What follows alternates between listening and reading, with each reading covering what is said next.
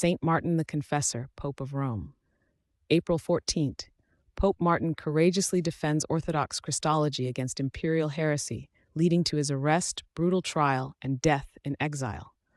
A heads up in the spirit of transparency. Please be advised that this content may include imprisonment, abuse, trial, condemnation, exile, and death from suffering. Saint Martin the Confessor served as the Pope of Rome from the year 649 to 653. He is honored as a hieromartyr and confessor within the Orthodox Church, and his memory is kept on April 14th. Saint Martin is known for his steadfast defense of Orthodox Christology against the monothelite heresy. This doctrine asserted that Christ possessed only one will. For his refusal to compromise the faith, Emperor Constans II ordered his illegal arrest, deposition, and exile.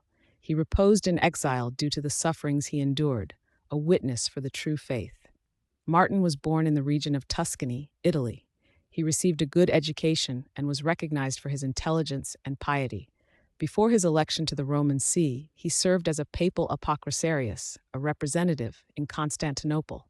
Following the repose of Pope Theodore I, Martin was elected Pope of Rome in 649. His consecration proceeded without awaiting the customary approval from the Byzantine emperor. This action demonstrated his commitment to the authority of the Church. Immediately after his election, Pope Martin convened the Lateran Council in Rome. This assembly gathered 105 bishops, primarily from the Western lands.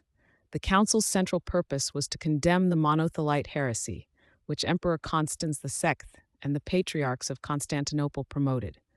The council affirmed the Orthodox teaching that Jesus Christ possesses two distinct wills, a divine will and a human will, corresponding to his two natures. The council also pronounced anathema upon the main proponents of monothelitism and the imperial edicts, known as the ekthesis and the typos, which sought to enforce the heresy. Emperor Constans II regarded Pope Martin's actions with anger. He viewed the council's condemnation of his imperial edicts as an act of rebellion. The emperor dispatched Olympius, the exarch of Ravenna, to Rome with orders to arrest the pope.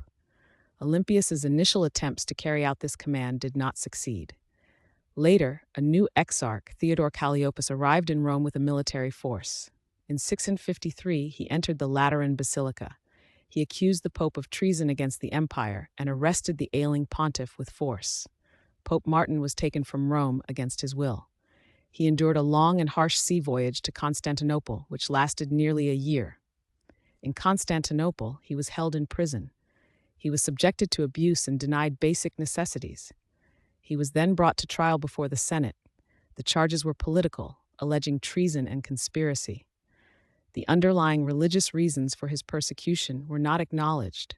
Despite his innocence and a strong defense, he was condemned. The emperor changed an initial death sentence to exile. Saint Martin was exiled to the remote and difficult region of Cherson, located in modern-day Crimea. There, he suffered greatly from famine, cold, and neglect. This neglect came from both the imperial authorities and, regrettably, from the new Roman clergy who had taken his place. He bore his sufferings with faith and patience.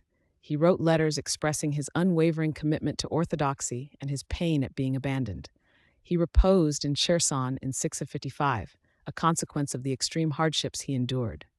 He thus received the crown of a confessor and martyr for the Orthodox faith.